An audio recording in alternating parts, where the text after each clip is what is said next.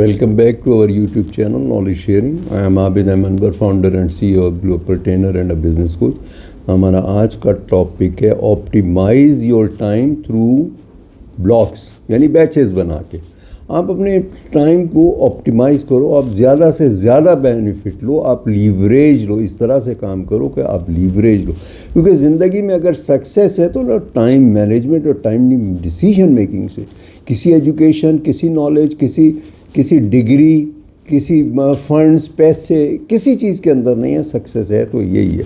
लोगों ने बग़ैर पैसे के बहुत कुछ किया है, लोगों ने बग़ैर तालीम के बहुत कुछ किया है, लोगों ने बग़ैर एक्सपीरियंस के कुछ किया है। कुछ भी है। बिल गेट के पास क्या पहले एक्सपीरियंस था, या वो जो है वो सर्टिफाइड था?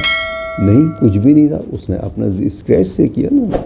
और भी आप दुनिया के अंदर देख लो, जो भी सक्सेसफुल हुए हैं पूरी दुनिया में या आपके मुल्क में, आपके शहर के अंदर, वो इसी तरह से हुए। टाइमली डिसीजन मेकिंग ली और टाइम मैनेजमेंट की, ऑर्गेनाइज़ किया अपने आप।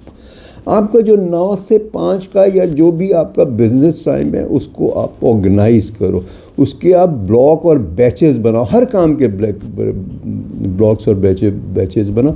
उसके अंदर जो है, अब जब आप एक काम से दूसरे काम पे जाते हो, यानी आपने अभी जो है वो अपना सेल फोन चेक किया, उसके बाद आप ईमेल करने चले गए, उसके बाद आपने जो है वो कोई मैसेज किया, उसके बाद फिर दोबारा आपने कोई कॉल कर ली, फिर आपने ये बार बार जो स्विच ऑफ स्विच ऑन होता है, इससे कम से कम 40% आपकी एफिशिएंसी डाउन होती है, डिक्लाइन होती है।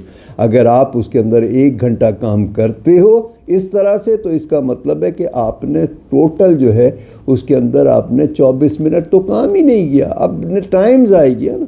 तो आप इस तरह से बैचेस बना के और इस तरह से आप उसको करो, और उसके अंदर अपने टाइम को जो है आवरली ब्लॉक्स के अंदर लो, आवरली बेसिस के ऊपर उसके करो। और फिर इम्पॉर्टेंट जो आपके प्रोफेशनल डेवलपमेंट के काम हैं, जो कैरियर के काम हैं, वो उस वक्त करो कि जिस वक्त आप वो फुल एनर्जेटिक होती है। जनरली आप फर्स्ट हाफ के अंदर ज़्यादा एनर्जेटिक होते हो और दिन में आहिस्ता आहिस्ता आप डिक्लाइन करते हो। तो ये बजाय इसके कि जाते ही आप ऑफिस जाते ही अपने वर्क प्लेस पे जाते ही आप जो है ईमेल चेक करने लग जाओ, सेल फोन को चेक करने लग जाओ, आप उसके अंदर मैसेजेस करने लग जाओ, आप ईमेल करने लग जाओ। ये चीज़ें जो हैं वो किसी वक्त भी हो सकती हैं। बेहतर ये है कि ये सारे काम आप सेकंड हाफ में कर लो, और फर्स्ट हाफ के अंदर आपके जो इम्पोर्टेंट काम है, बिज़नेस की प्लानिंग है, उस दिन की प्लानिंग है, उस दिन क्या काम करना है, कैसे करना है, क्या क्या चीज़ें इंपॉर्टेंट हैं, क्या क्या चीज़ें वैल्यूएबल हैं, कौन से वो 20% काम ऐसे हैं कि जिससे 80% रिज़ल्ट मिल रहा है आपको,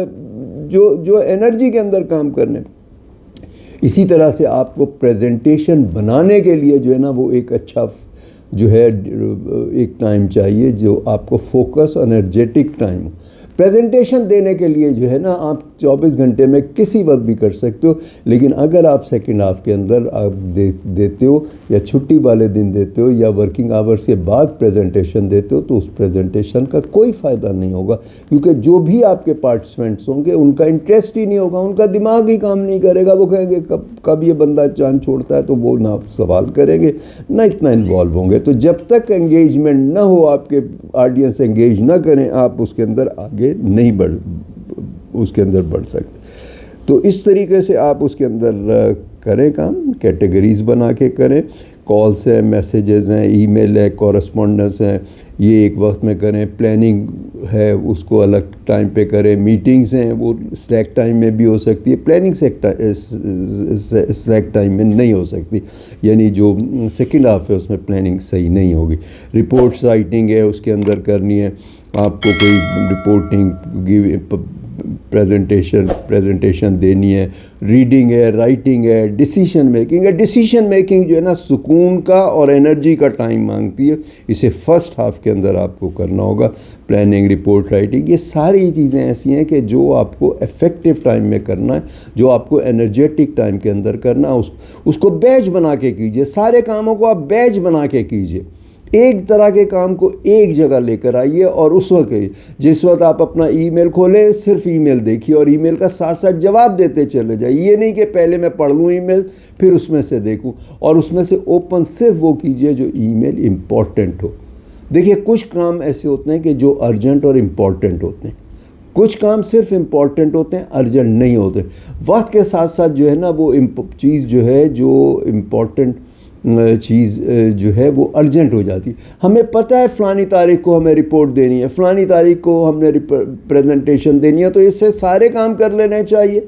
फ़लानी तारीख को हमने कोई बिल पे करना है, कोई स्टेटमेंट हमने जो है वो दाखिल करना है, सबमिट करना है, तो उसका मकसद ये है कि ये काम इम्पॉर्टेंट है। अगर हम इसे वक्त पे नहीं करेंगे तो क्या होगा, अर्जेंसी हो जाएगी, उसके अंदर चीज़ें कंप्रोमाइज़ भी होंगी, टेंशन भी होगी। तो आप जो भी काम आपका इम्पॉर्टेंट है वो अर्जेंट होने से पहले कीजिए। सबसे पहले काम कौन सा करना होता है, इम्पॉर्टेंट और अर्जेंट करना होता है ना। जो अर्जेंट भी है और इम्पॉर्टेंट भी है, सबसे पहले आपको वो करना है ना, उसके बाद फिर आपको दूसरे काम करने। तो आप जिस वक्त वो काम इम्पॉर्टेंट आपके सामने आए, आप भी अर्जेंट नहीं है, अर्जेंसी नहीं है, सुकून से आप कर लीजिए, तो आप सुकून से रहेंगे, आप स्ट्रेस फ्री रहेंगे, तो वो काम कीजिए। अच्छा, इसके अलावा कुछ चीज़ें ऐसी होती हैं कि जिसको आप डेलीगेट कर सकते हो, जो आपसे कम जो भी बंदा है, जो लोअर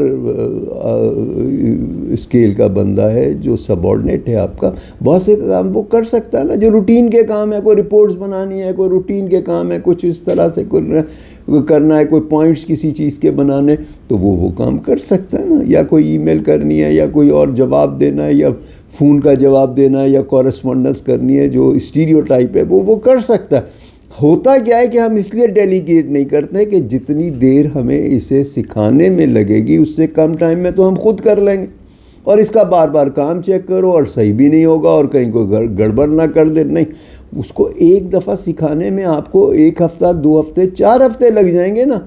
बाकी आपको 365 दिनों के अंदर आपको जो है, आपको 50 वीक के अंदर जो है आपके 4 वीक ही गए ना। बाकी तो आपको जो है वो फ़ायदा हो गया ना, आपने उसको 46 वीक आपने उससे बेनिफिट ले लिया। तो आप उसको डेलीगेट कीजिए। कुछ काम ऐसे होते हैं जो करने ही नहीं होते, आपको क्या, आपको अपने सबऑर्डिनेट को भी नहीं देना।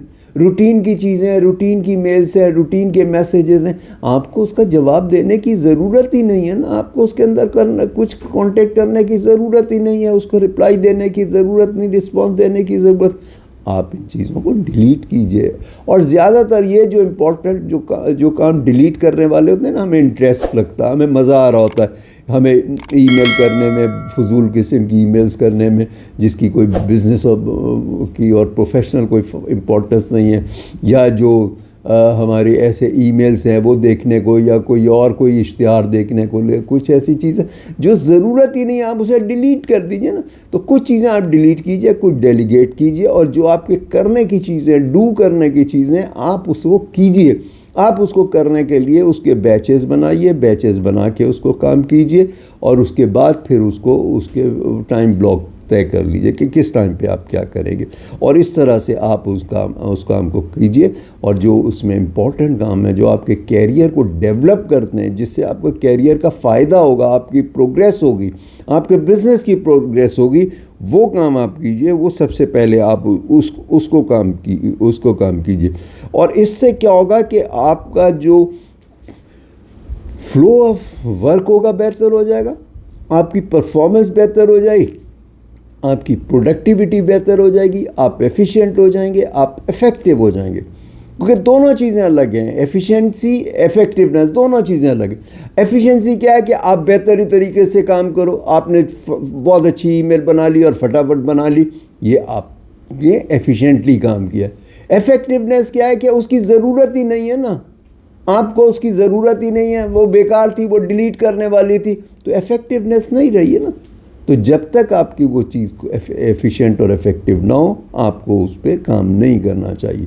तो आज के लिए इतना ही, फिर इंशाल्लाह नेक्स्ट व्लॉग पे मुलाकात होती है। टिल देन अल्लाह हाफ़िज़।